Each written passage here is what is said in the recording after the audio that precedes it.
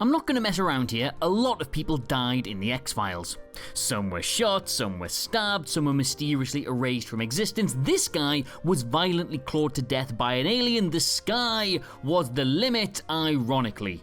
But the thing is, we've done death. It's been a part of TV consequence ever since JR literally invented the concept of dying on classic American reality show Dallas. So when the X-Files wanted to be scary, it kinda had to go beyond that. Man's greatest fear is the unknown, but we know all about dying already. Thus, over the course of 11 seasons, as well as the magnitude of dyings that have been done, several characters, both prominent and guesting, have been forced to suffer considerably more unsettling ends. From being trapped by merciless governments to being irrevocably altered for life, my name is Adam Cleary and these are 10 X-Files fates worse than death. Number 10, pursued by psychotic AI. With the quiet exception of beloved cult hero Data from Star Trek, all artificial intelligence is evil. And just to prove it, can you turn your speakers up for 1 second? Right, thank you. Alexa, do a rap. Another glowing example is the COS system in the first season episode Ghost in the Machine, which not only controlled a company's entire building, but also used the internet to manipulate outside events, often with fatal results. More recently, however, is the 2018 episode RM9SBG93ZXJZ, which translates as followers apparently. After failing to leave a tip in an automated sushi restaurant, Mulder and Scully are tormented by a series of gadgets, drones, automated taxis, and cleaning robots, all of which contribute to destroying Scully's house and sending the pair on the run. Ultimately, this is a learning experience for them as they realise that AI will treat humans in the same manner as humans treat AI. When they finally do leave a tip, the various threatening devices finally back down, but not before planting the seed that a Terminator-style revolution is coming, led by your toaster. Number 9, losing your mind. Yeah, this admittedly does happen to a lot of people on the X-Files, but perhaps the most notable example was in the 1994 episode, Blood. When a pesticide containing an LSD derivative designed to provoke fear in insects started to affect the wider population of Franklin, Pennsylvania, this led to a spate of, let's just call it, erratic behaviour and murder. One of the worst affected individuals was Edward Funch. Already afraid of blood and increasingly tormented by monitors telling him to go on a killing spree, he eventually caved in and opened fire on a community blood drive with a sniper rifle. Although Mulder ultimately overpowered him, when he later called Scully, his mobile phone display mockingly read, "All done, bye-bye." This proved that Funch was not in command of his own actions, and even worse, that Mulder may also have been affected by the pesticide. Number 8, disappearing. Again, this does admittedly happen to a lot of people on the X-Files, but the most tragic time was in Soft Light. Here, Dr. Chester Ray Banton is accidentally exposed to a particle accelerator and emerges unscathed, albeit with a shadow that acts as a black hole. Several characters, including Scully's former pupil Detective Kelly Ryan, were accidentally caught in it, causing them to suddenly evaporate. That's bad. That is a bad way to go. Banton is desperate to end it all, firstly allowing himself to be held in a mental hospital and later trying to convince his colleague to kill him with the same particle accelerator, which he agrees to do, except oops, no, it's a double cross and he's going to hand him over to the government instead. Mr. X turns up, fakes his death for him, but at the end, he's trapped inside a top secret facility. As the episode draws to a close, Banton is left crying in despair as scientists perform experiments on him to determine precisely what his shadow can achieve. Number 7, possession. While you might hear the word possession and immediately start thinking of rotating necks, gallons of vomit, and sticking this crucifix where it's precisely none of my business, an early X-Files episode took a different approach. Roland Fuller, a janitor, is possessed by his long-lost twin brother Dr. Arthur Gable, a research scientist. Grable is dead, you see, and his remains have been cryogenically frozen in the hope that he may be restored to life in the future. Grable is therefore using the biological link to his twin not only to complete his work on a prototype jet engine, but also to, well, literally throw his colleagues into the engine for trying to take the credit for his work. Now, while yes, being pureed to death is a pretty bad fate, being puppeteered by your dead brother for the rest of your life is arguably worse. Number 6, being hunted.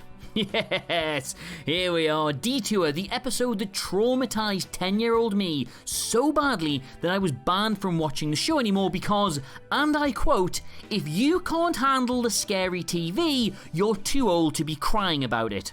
You remember this one, creatures with glowing red eyes and the ability to camouflage themselves into trees, attack and kill people who entered Apalachicola National Forest in Florida.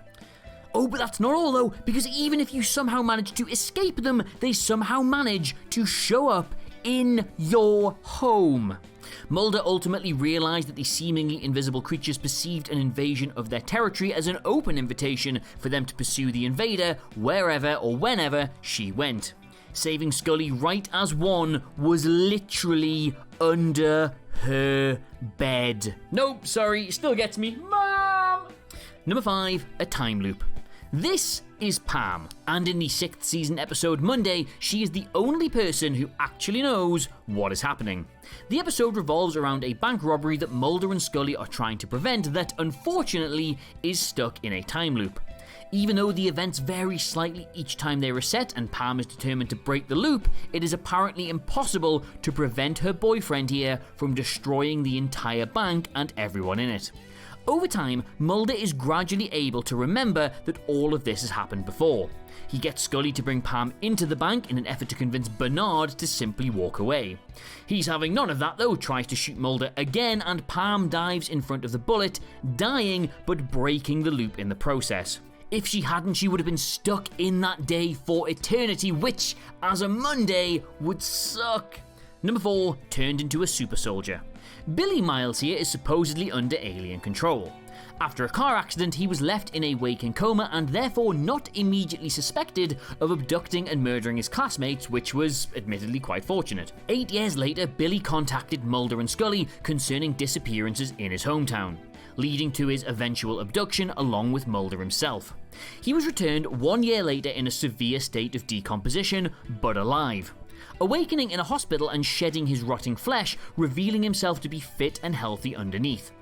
Billy developed 2 heartbeats and claimed that his abductors had saved him. The fuck? The sad fact is, however, that Billy had actually died in the hospital after his return and been reborn as a super soldier, acting on behalf of a malevolent alien race. Mission 1 apparently was to kill Scully and her unborn child, but instead he got crushed in a garbage truck. Number 3, botched lobotomies. Losing your mind is one thing, but having a total nutcase going up your nose to skewer it with a long needle is, well, that's worse, isn't it? It's pretty much up there with the very last thing you'd ever want to happen. Anyway, this Burke here is Gary Schnauz, and he was filling his weekends in by abducting women and curing them, inverted commas, from the Howlers, inverted commas. A made-up pack of demons who he sees in his nightmares and he believes live in the brains of these women or something. After performing a series of non-refundable brain whisks, he sets his sights on Scully, and if it were not for a fortuitous distraction and the timely arrival of Mulder, she'd have shared the same fate. Number 2, the black oil. Ah yes, the black oil, also known as purity and the black cancer and whatever else, is a major plot point in the wider mythology of the X-Files. It takes over you, controls you, turns you into a mere puppet for its intergalactic schemes. It is theorized to be a parasitic alien life force that has inhabited this world for far longer than mankind.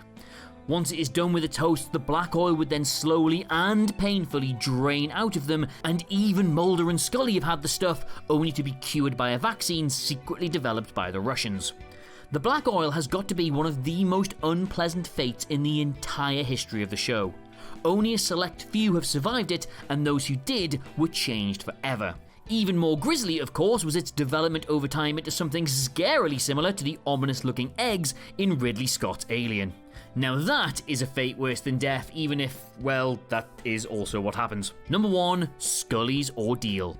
Because she was due to have her first child in 1994, Gillian Anderson needed to be absent for a handful of episodes. Chris Carter came up with a solution: let Dana Scully be abducted rather than recasting the role.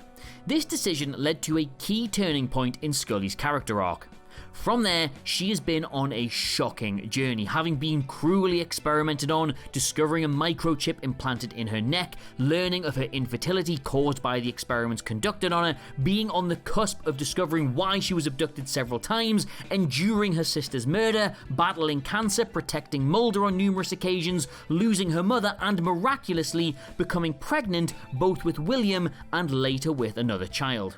Whilst happiness may lie at the end of the road for both Scully and Mulder, the physical and emotional traits that she has endured in protecting her partner and the X-Files department, bearing in mind that her original assignment was to debunk them, speak for themselves. What that show put her through means it would have been kinder if they'd just blown her up back in '94.